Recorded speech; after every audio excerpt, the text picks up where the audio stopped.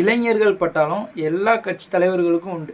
அந்த வகையில் அண்ணாமலை அவர்களுக்கும் நிறைய இளைஞர்கள் பட்டாலும் உண்டு. இன்றைக்கி அண்ணாமலை அவர்களை கொண்டாடுறாங்க இளைஞர்கள். ஏன்னா புதுசாக ஒரு கட்சி இன்றைக்கி தொடங்கியிருக்கிறாரு.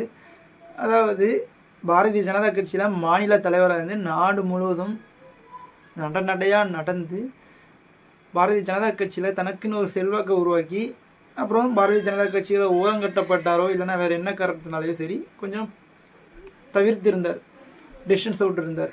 அப்போது இன்றைக்கி புதுசாக ஒரு இயக்கத்தை தொடங்கியிருக்கிறார். தொடங்கி கொஞ்ச நேரத்திலே 10 லட்சம் பேர் இன்றைக்கி அந்த இயக்கத்தில் அந்த லிங்கில் வந்து ஜாயின் பண்ணிட்டாங்க. அப்போது அண்ணாமலை அவர்கள் தமிழ்நாடு சார்ந்து தமிழ்நாடு இளைஞர்கள் சார்ந்து என்னுடைய அரசியல் பயணம் இருக்கும், மாறுவோம் மாற்றுவோம் அப்படின்னு ஸ்டாண்ட் எடுத்துருக்கிறார். பாரதிய ஜனதா கட்சி நாடு முழுவதும் கிளப்பி இருந்தாலும் சென்ட்ரல்லே ஆட்சி இருந்தாலும் அதை விட்டு மீறி இன்றைக்கி வந்து புதுசாக ஒரு கட்சி இயக்க தொடங்கியிருக்கிறாரு. பாரதிய ஜனதா கட்சி பாரத் மாதா கி ஜே அப்படிங்கிற முழக்கத்தை நாடு முழுவதும் வச்சுட்டு இருக்கிறாங்க. அதாவது அண்ணாமலை அவர்கள் என்ன முழக்கத்தை வைக்கிறாரு அப்படிங்கிறத நம்ம பொறுத்திருந்தான் பார்க்கணும். அதே சமயம் பாரதிய ஜனதா கட்சியில் இருந்த எல்லா கேடர்ஸும் வாக்காளர்களும் இனிமேல் டைரெக்டாக அண்ணாமலை பின்னாடி தான் அணிதிரள போகிறாங்க. இன்றைக்கி ஒரு ஸ்ட்ராங் ஐடியாலஜி, ஸ்ட்ராங் மென்டாலிட்டி உள்ள ஒரு லீடர் ஆளுங்கட்சியாக இருக்காங்களான்னு கேட்டிங்கன்னா அது ஒரு சந்தேகம்தான். அதே சமயம் எதிர்கட்சிகளாக இருக்கக்கூடிய இந்த திராவிட கட்சியாளர்கள் இனிமேல் ஏதாவது ஒரு விஷயத்தை பண்ணி நம்ம லைம் லைட்டுக்கு வந்துடலாம் அப்படின்னு பார்த்தீங்கன்னா முடியவே செய்யாத வாய்ப்பே இல்லை. ஏன்னா அவங்களுடைய கடந்த கால தவறுகள் முன்ன வர விடாது. நாம் தமிழர் கட்சி, தமிழ் தேசியம் அப்படிங்கிற ஒரு கோர் ஐடியாலஜி வச்சுருக்கக்கூடிய கட்சிகள் இந்த தேர்தலில் எவ்வளவோ பரப்புரை பண்ணாங்க.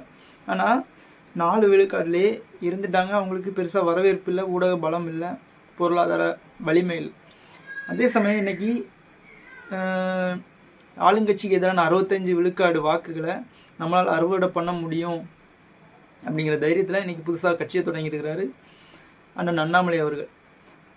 அவர் என்ன முழக்கத்தை வைக்கிறாரு, என்ன மாதிரியான அரசியல் நிலைப்பாடுகள் எடுக்கிறாரு, அவருடைய பேச்சு எதை வந்து ப்ரொஜெக்ட் பண்ணுது, அவருடைய பெர்ஸ்பெக்டிவ் என்ன அப்படிங்கிறத இனிமேல் காலம்தான் தீர்மானிக்கணும். அதே சமயம் இன்றைக்கி பேப்பரை பார்த்து தான் ஒரு விஷயத்தை பேசணும், நடவடிக்கைகள் எடுக்கணும் அப்படிங்கிற மாதிரி இல்லாமல் இன்றைக்கி ஒரு ஸ்ட்ராங் லீடராக தமிழ்நாடு மக்கள் இன்றைக்கி அண்ணாமலை அவர்களை பார்க்குறாங்க. அண்ணாமலை அவருக்குனே தனி இளையோர்கள் பட்டாளம் உண்டு.